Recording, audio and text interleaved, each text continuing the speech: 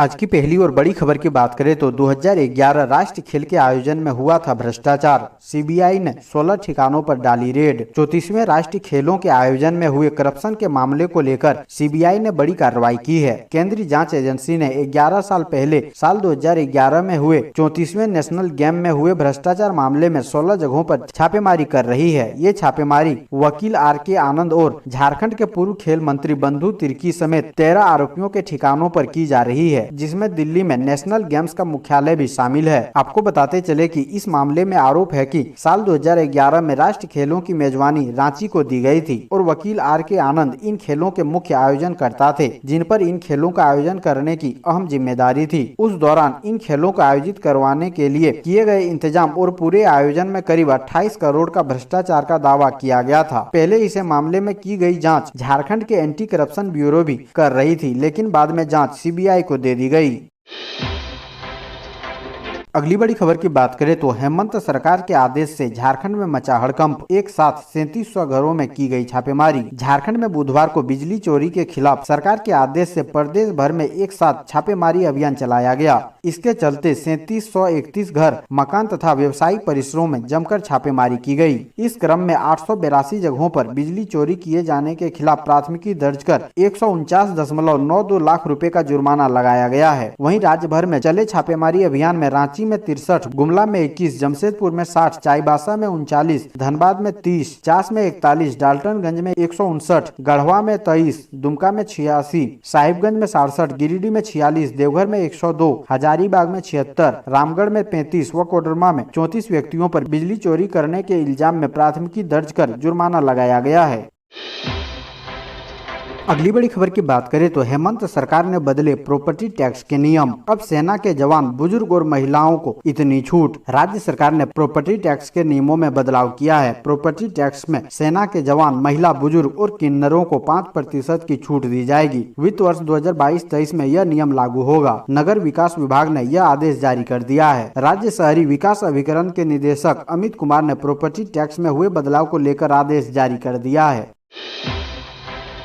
अगली बड़ी खबर की बात करें तो एयरपोर्ट अथॉरिटी ऑफ इंडिया के चेयरमैन ने कहा, जल्द देवघर एयरपोर्ट से उड़ान भरेंगे विमान। बाबा नगरी देवघर में जल्द ही एयरपोर्ट से उड़ान सेवा शुरू होने वाली है। एयरपोर्ट अथॉरिटी ऑफ इंडिया के चेयरमैन ने कहा है कि सावन से पहले देवघर एयरपोर्ट चालू हो जाए, इसकी पूरी कोशिश की जा रही है। एयरपोर्ट अथॉरिटी ऑफ इंडिया के चेयरमैन संजीव कुमार देवघर के विश्व प्रसिद्ध द्वादश ज्योतिर्लिंग के दर्शन करने बाबा वैद्यनाथ धाम मंदिर पहुँचे। वहाँ उन्होंने पूजा की। पूजा करने के बाद उन्होंने यह बातें कही।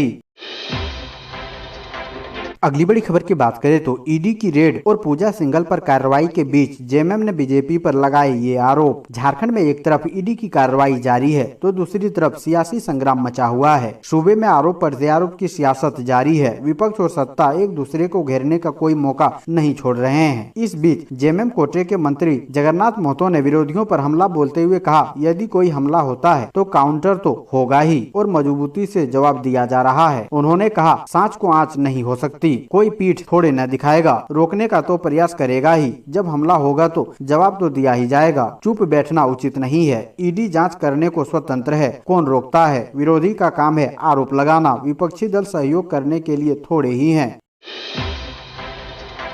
अगली बड़ी खबर की बात करें तो पलामू में मामी लड़ रही मुखिया का चुनाव। माहौल बनाने पहुंचे आईपीएल प्लेयर राहुल त्रिपाठी। झारखंड पंचायत चुनाव 2022 झारखंड के पलामू में बतौर मेहमान आईपीएल के स्टार और आईपीएल टीम हैदराबाद सनराइजर के बल्लेबाज राहुल त्रिपाठी गुरुवार को पहुंचे हैं। वे सदर प्रखंड क्षेत्र अंतर्गत रजवाडी आए हैं। यहाँ राहुल त्रिपाठी का नानिहाल है। उनकी मामी रजवाडी पंचायत से मुखिया पद पर चुनाव लड़ रही है। शुक्रवार को मतदान है। कहा जा रहा है कि मामी के पक्ष में चुनाव माहौल बनाने के लिए राहुल त्रिपाठी चुनाव से एक दिन पहले पलामू पहुंचे हैं।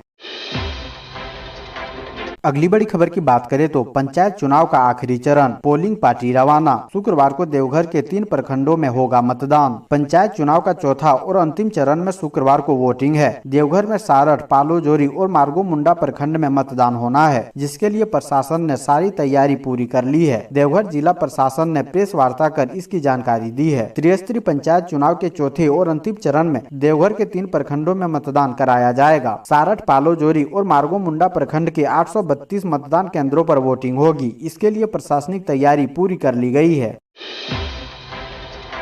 अगली बड़ी खबर की बात करें तो दुमका डीसी की बड़ी कार्रवाई, बिना माइनिंग चालान के 40 से अधिक ट्रक जब्त, 16 आरोपी अरेस्ट। झारखंड की उपराजधानी दुमका में बिना माइनिंग चालान के स्टोन चिप्स से ओवरलोड वाहनों के परिचालन के खिलाफ दुमका डीसी रविशंकर शुक्ला के नेतृत्व में बड़ी कार्रवाई हुई है। 40 से अधिक वाहनों को जब्त करने के साथ साथ 16 लोगों को गिरफ्तार किया गया है। रात 10:30 बजे से शुरू हुई इस कार्रवाई के दौरान डीसी रविशंकर शुक्ला ने खुद मोर्चा संभाल रखा था और दुमका के रिंग रोड से लेकर शिकारी पाड़ा के सरस डंगाल इलाके तक छापेमारी कर 40 से अधिक ओवरलोडेड ट्रक को जब्त कर लिया, जबकि इस मामले में 16 लोगों को गिरफ्तार किया गया है। अगली बड़ी खबर की बात करें तो एक साथ एक मंडप में 22 प्रेमी जोड़ों की चटमंगनी पट ब्याह, उपहार में मिला ट्रंक व बर्तन। झारखंड की राजधानी रांची में एक साथ एक मंडप में 22 प्रेमी जोड़ों की चटमंगनी पट ब्याह करा दिया गया। झारखंड आदिवासी सरना विकास समिति धुरवा रांची की ओर से असहाय परिवार के 22 जोड़ों के लड़के लड़कियों का विवाह सेक्टर 3 एन टाइप धुमकुड़िया भवन के प्रांगण में कराया गया। यह आयोजन विधिवत सामाजिक रीति रिवाज व परंपरा के अनुसार कराया गया। कुछ जोड़े लिव इन रिलेशनशिप में रह रहे थे, उन्हें ताना भी सुनना पड़ रहा था। वैसे परिवार को भी शादी विवाह कराकर एक सामाजिक मान्यता दिलाने का काम किया गया। समिति की ओर से सभी जोड़ों को उपहार स्वरूप प्रमाण पत्र के साथ ट्रंक, बर्तन और सभी बाराती सराती के लिए भोजन की व्यवस्था कराई गई थी। अगली बड़ी खबर की बात करें तो पलामू में एक साथ उठी बहन की डोली और भाई की अर्थी। सड़क हादसे में युवक की मौत के बाद गांव में मातम। पलामू जिले में बुधवार देर रात शहनाई की गूंज मौत के मातम में बदल गई। एक घर से जहां बहन की डोली उठी तो दूसरी तरफ से उसी घर से भाई का अर्थी भी बाहर निकाला। बहन की शादी हुई ही थी कि भाई के सड़क हादसे में मौत की सूचना से पूरा परिवार गम में डूब गया। बहन को विदा करने के बाद भाई का अंतिम संस्कार किया गया। पूरी घटना पलामू के उटारी रोड थाना क्षेत्र की है, जहां फेकंडी इलाके में बुधवार देर रात सड़क हादसे में सैयद अंसारी नामक युवक की मौत हो गई। अगली बड़ी खबर की बात करें तो नाबालिग दिव्यांग से 2 युवकों ने किया सामूहिक दुष्कर्म, पुलिस ने गिरफ्तार कर भेजा जेल। गुमला जिले में सुरसांग थाना इलाके में एक नाबालिग दिव्यांग लड़की के साथ 2 युवकों ने सामूहिक दुष्कर्म की वारदात को अंजाम दिया। 24 मई की वारदात के बाद 25 मई को पीड़िता के चाचा ने सुरसांग थाने में लिखित आवेदन देकर कार्रवाई की मांग की, जिसके बाद पुलिस ने पोक्सो एक्ट के तहत मामला दर्ज करते हुए 2 आरोपियों को गिरफ्तार कर लिया है। जानकारी के अनुसार सुरसांग थाना इलाके में जंगल के पास से एक बाराती गाड़ी गुजर रही थी। इसी दौरान गाड़ी में सवार कुछ लोग शौच के लिए उतरे और जंगल की तरफ गए। इस दौरान उन्होंने देखा कि 2 लड़के एक नाबालिग लड़की के साथ गलत हरकत कर रहे हैं। उन्हें इस तरह देखते ही इन्होंने शोर मचाया, जिसे सुनकर दोनों लड़के वहां से फरार हो गए। इसके बाद लड़की किसी तरह अपने घर पहुंची और अपने परिजनों को वारदात के बारे में बताया, जिसके बाद परिजन सुरसांग थाना पहुंचे और मामले में आवेदन देकर कार्रवाई की मांग की। अगली बड़ी खबर की बात करें तो छात्र छात्राओं को मिलेगा 206 दिनों का मध्याह्न भोजन। मध्याह्न भोजन और कुकिंग कोस्ट के लिए 19 करोड़ रुपए मिले हैं। झारखंड राज्य मध्याह्न भोजन प्राधिकरण ने कुकिंग कॉस्ट मद में अप्रैल 21 से जनवरी 22 तक कुल 206 दिनों के लिए राशि आवंटित कर दी है। इसमें केंद्रांश तथा राज्यांश दोनों की राशि सम्मिलित है। धनबाद जिले के कक्षा 1 से 8वीं तक अध्ययनरत 1,55,921 छात्र छात्राओं के लिए 19 करोड़ 14,29,145 रुपए आवंटित हुआ है। अगली बड़ी खबर की बात करें तो धनबाद में अवैध खनन के दौरान चाल धंसने से एक मजदूर की मौत, कई के दबने की आशंका।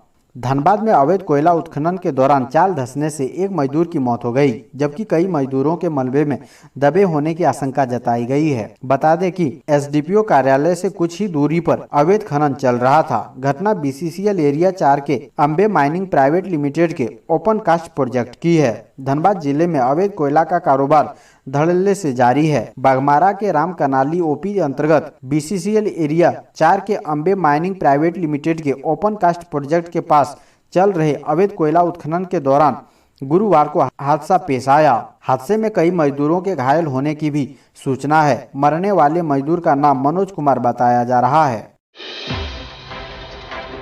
अगली बड़ी खबर की बात करें तो साहिबगंज सदर अस्पताल में अल्ट्रासाउंड सेवा दोबारा शुरू। मशीन खराब होने पर साल भर से परेशान रहे मरीज। साहिबगंज जिला सदर अस्पताल में पुनः अल्ट्रासाउंड सेवा बहाल कर दी गई है। फिलहाल मंगलवार और बुधवार को सुबह 9 बजे से दोपहर 3 बजे तक गर्भवती महिलाओं की मुफ्त में जाँच की जाएगी। इसके लिए डॉक्टर देवेश कुमार को अधिकृत किया गया है। यहाँ बता दें कि साहिबगंज सदर अस्पताल में लगी अल्ट्रासाउंड मशीन विगत 1 साल से भी अधिक समय से खराब पड़ी थी। इस वजह से मरीजों को काफी परेशानी होती थी। खासकर गर्भवती महिलाओं को बाहर जाकर जांच करवाना होता था, जिससे उन्हें कई तरह की समस्याओं का सामना करना पड़ता था। साहिबगंज उपायुक्त रामनिवास यादव की पहल पर नई अल्ट्रासाउंड मशीन की खरीद की गई, जिसे इंस्टॉल कर इस सेवा को दोबारा सदर अस्पताल में चालू कर दिया गया। अगली बड़ी खबर की बात करें तो सीबीआई व ईडी की ताबड़तोड़ छापेमारी। नौकरशाहों व बिल्डरों में हड़कंप। कोल्हान के 3 डीएमओ से पूछताछ। आईएएस पूजा सिंघल के चक्कर में अभी कितने लोग जेल जाएंगे यह कहना मुश्किल है, लेकिन पूजा सिंघल की गिरफ्तारी के बाद से लगातार नौकरशाहों और बिल्डरों के खिलाफ झारखंड समेत देश भर में केंद्रीय एजेंसियों की छापेमारी से हड़कंप मचा हुआ है। भ्रष्ट नौकरशाह और सत्ता के करीब रहने वाले बिल्डर कारोबारी दहशत में है। अब किसके घर ईडी या सीबीआई छापेमारी शुरू कर दे, इस आशंका ने रातों की नींद हराम कर दी है। अगली बड़ी खबर की बात करें तो बिहार झारखंड के नक्सलियों की टूटी कमर। 50 लाख का इनामी कमांडर मरा। बिहार झारखंड का भारतीय कम्युनिस्ट पार्टी माओवादी के मोस्ट वांटेड नक्सली संदीप यादव की संदिग्ध परिस्थिति में मौत हो गई। Bihar Jharkhand special area committee एवं मध्य जोन के प्रभारी शीर्ष नक्सली नेता संदीप यादव उर्फ विजय यादव का शव बुधवार की रात उसके पैतृक गाँव बांके बाजार थाना क्षेत्र के बाबू रामडी के समीप जंगल से बरामद किया गया है। बताया जाता है कि उसके दोनों पैर बंधे थे तथा चेहरे पर कई निशान थे। पुलिस के एक अधिकारी ने गुरुवार को बताया कि संदीप उर्फ विजय यादव की मौत के कारण फिलहाल स्पष्ट नहीं है, लेकिन उनके परिजनों ने दवा के रिएक्शन के कारण मौत बता रहे हैं। कुछ लोग हत्या की भी बात कह रहे हैं।